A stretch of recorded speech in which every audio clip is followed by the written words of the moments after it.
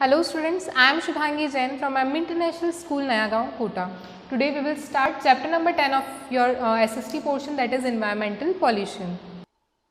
Chapter number 10, environmental pollution. In this chapter we will learn about what is environment and its pollution, types of pollution like air pollution, water pollution, land pollution, noise pollution, and the steps to control these pollution and the reasons and effects of these pollution. So what is environment? The environment includes everything in our surroundings.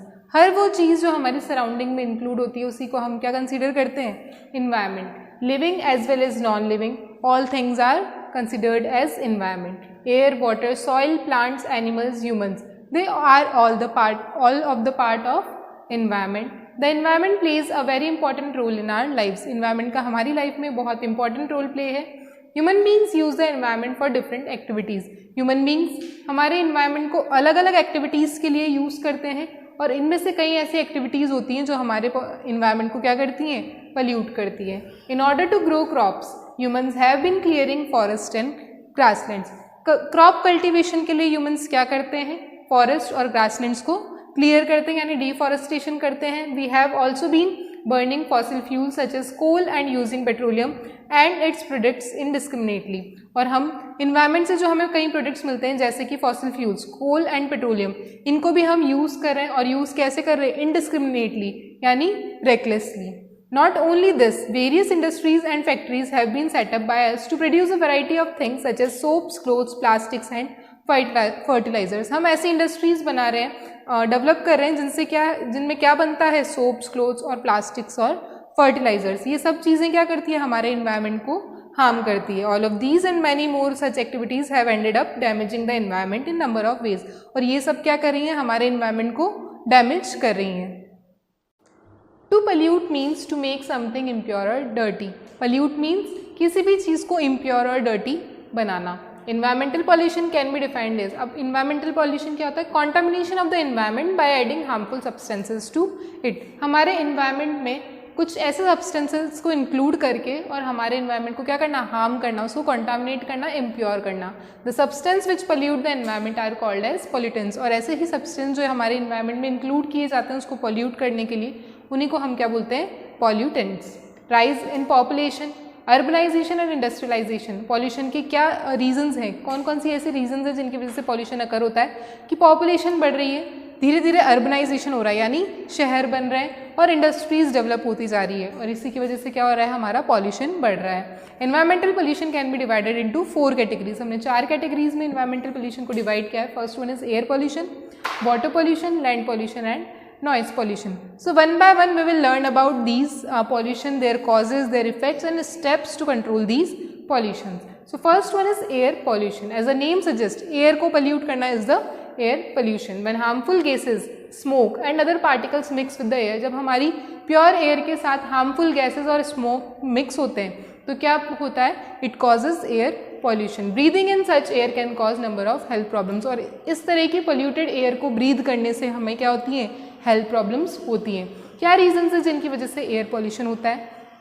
First one is burning of fossil fuels. Fossil fuels को use करना, कोल और petroleum को excessive use करना, उससे क्या होता है? Air pollution. Second is harmful gases का रिलीज होना from factories, industries and vehicles. And third one is mining operation. Mining means खानों की खुदाई. एग्रीकल्चरल एक्टिविटीज़ जिनमें हम क्या करते हैं? जो क्रॉप्स के रेजिड्यू होते हैं उनको क्या करते हैं? बर्न करते हैं. और बर्स्टिंग क्रैकर्स, पटाखे फोड़ने से भी ये क्या होता है? हमारी एयर पल्यूट होती है. At time smoke mixes with fog. और इसी टाइम पे क्या होता है? जो हमारी स्मोक है वो किससे मिक्स होती है? फॉग से. और उससे क्या बनता है? Smoke which can be harmful to health. और स्मोक कैसा है? हार्मफुल है for our health. Major effects of air pollution. Air pollution की वजह से क्या क्या होता है? पहली चीज़ है हेल्थ प्रॉब्लम. सबसे ज़्यादा जो मेन इफेक्ट है एयर पॉल्यूशन का वो है हेल्थ प्रॉब्लम्स. हमें कई ऐसी रेस्पिरेटरी और हार्ट डिजीजेज हो जाती हैं या फिर कुछ तरह की एलर्जीज हो जाती हैं. Global warming. Global warming means the earth's atmosphere trap the sun heat and does not let it escape. जो अर्थ का एटमॉस्फेयर होता है वो सनरेज जो होती है उनको एब्जॉर्ब करता है और उनको वहाँ से निकलने नहीं देता. इसको हम बोलते हैं greenhouse effect. And it occurs due to the presence of some gases called greenhouse gases. और ये किन की वजह से होता है? ग्रीन हाउस गैसेज की वजह से. Air pollution is resulting in increase of these gases and thereby resulting in rise of temperature, जब हमारे अर्थ के एनवायरनमेंट में सनरेज एब्जॉर्ब हो जाएंगी और वो बाहर नहीं जा पाएंगी तो हमारी अर्थ का क्या होगा, टेम्परेचर बढ़ेगा और इसी को हम क्या बोलते हैं, global warming. It is having an adverse effect on the climate. और ग्लोबल वार्मिंग की वजह से हमारे क्लाइमेट पे क्या होते हैं, एडवर्स यानी काफ़ी बुरे इफेक्ट्स होते हैं। Next effect of air pollution is acid rain. When it rains the water droplets combine with air pollutant and then fall on the ground in the form of acid rain. जब हमारी rain होती है तो in water droplets के साथ क्या mix हो जाते हैं, एयर पॉल्यूटेंट, और जब ये ग्राउंड पे गिरते हैं तो ये क्या जनरेट करते हैं, एसिड रेन। और एसिड रेन की वजह से क्या होता है, ह्यूमंस, एनिमल्स और क्रॉप को काफ़ी डैमेज होता है। Next is depletion of ozone layer. Ozone layer का काम क्या है, ये हमें प्रोटेक्ट करती है फ्रॉम हार्मफुल अल्ट्रावायलेट रेडिएशंस। और जब ये डिप्लीट होने लगती है तो इसकी वजह से क्या होता है, हमारी एयर क्या होती है, पल्यूट हो जाती है। Steps that need to be taken to control air pollution. कौन कौन से स्टेप्स हैं जिनको हम यूज़ कर सकते हैं to control air pollution. First one is people should be encourage to use public modes of transport. सबसे पहली चीज़ जो ये है कि हमें पब्लिक मोड ऑफ ट्रांसपोर्ट को यूज़ करना चाहिए, यानी पब्लिक बस, पब्लिक ट्रेन को यूज़ करना चाहिए, जिसकी वजह से क्या होगा, जो फ्यूल और कोल और पेट्रोलियम का जो वेस्टेज है वो कम होगा। Conservation of energy is important to control air pollution as mostly energy is produced using non-renewable sources of energy which result in air pollution. Hence we should switch off extra lights and fans. हमारे जब भी extra lights और fan जो use में नहीं आ रहे उन्हें हमें क्या करना चाहिए, स्विच ऑफ करना चाहिए। और इसी तरह से हमें हमारी एनर्जी को कंजर्व करना चाहिए, यानी बचाना चाहिए। Next is renewable source of energy, जैसे कि विंड और सोलर एनर्जी। इनको जितना बेस्ट पॉसिबल हो उन्हें हमें यूज़ करना चाहिए, as these sources do not pollute the air. Renewable sources जो हैं वो हमारी एयर को पॉल्यूट नहीं करते हैं, वही नॉन रिन्यूएबल रिसोर्सेज जो हैं वो क्या करते हैं, हमारी एयर को पॉल्यूट करते हैं, इसलिए उनका यूज़ हमें कम करना चाहिए। High chimneys with filters. जितनी भी फैक्ट्रीज और इंडस्ट्रीज़ हैं उनमें हाई चिमनीज होनी चाहिए, जिनमें क्या लगा होना चाहिए, फिल्टर्स, यानी इससे पहले कि वो एयर में रिलीज हो स्मोक, उससे पहले ही वो क्या हो जाए, फिल्टर हो जाए। Also industry should be build far from the populated areas.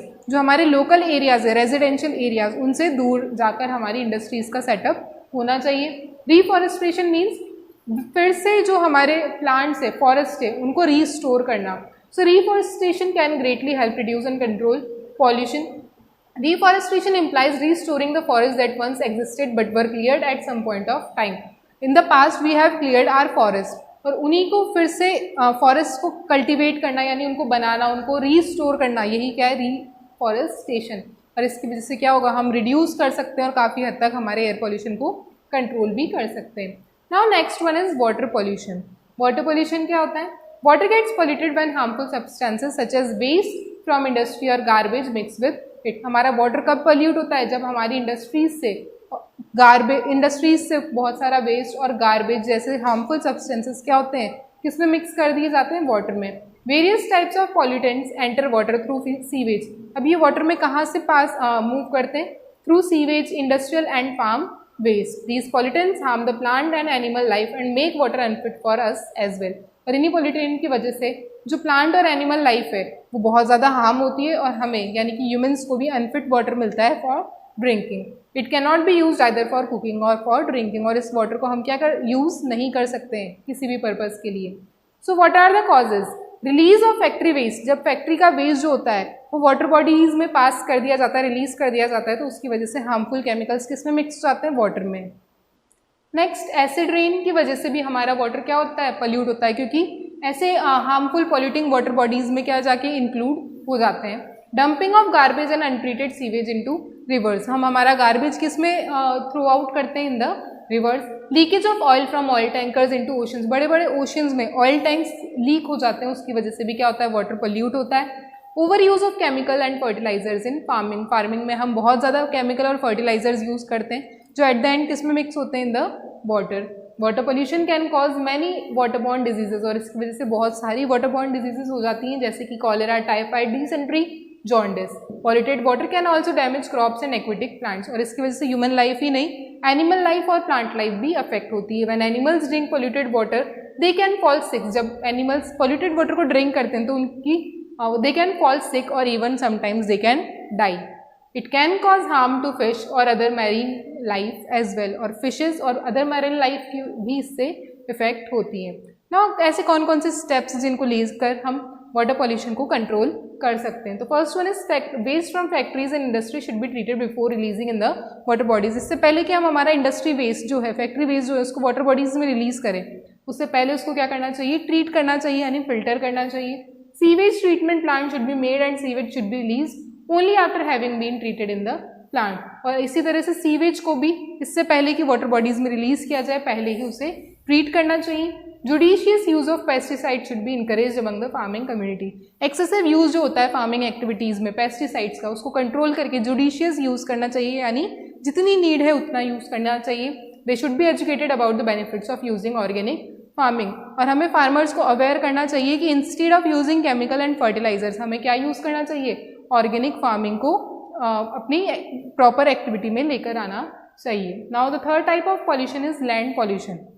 Land को पोल्यूट करना is land pollution. So land gets polluted when harmful substances are left to accumulate on it और release to seep into the soil. जब हम कुछ ऐसे harmful substances उनको land पर छोड़ देते हैं, वो क्या होते हैं, इनसाइड द सॉइल वो सीप कर जाते हैं, यानी उसके अंदर एब्जॉर्ब हो जाते हैं, और उसकी वजह से हमारी लैंड क्या होती है, पोल्यूट। तो क्या ऐसे कॉजेज है जिसकी वजह से लैंड पॉल्यूशन या फिर सॉइल पॉल्यूशन होता है? First one is dumping of garbage और industrial waste containing harmful chemicals. ऐसा वेस्ट जो इंडस्ट्री से जनरेट हुआ है और उसमें क्या है, हार्मफुल केमिकल प्रेजेंट है, उसको हम कहाँ डंप कर देते हैं, in the soil. Dumping of refuse from mines, जितनी भी माइंस खाने हैं उनका भी जो वेस्ट है उसको हम डंप कर देते हैं इन द सॉइल।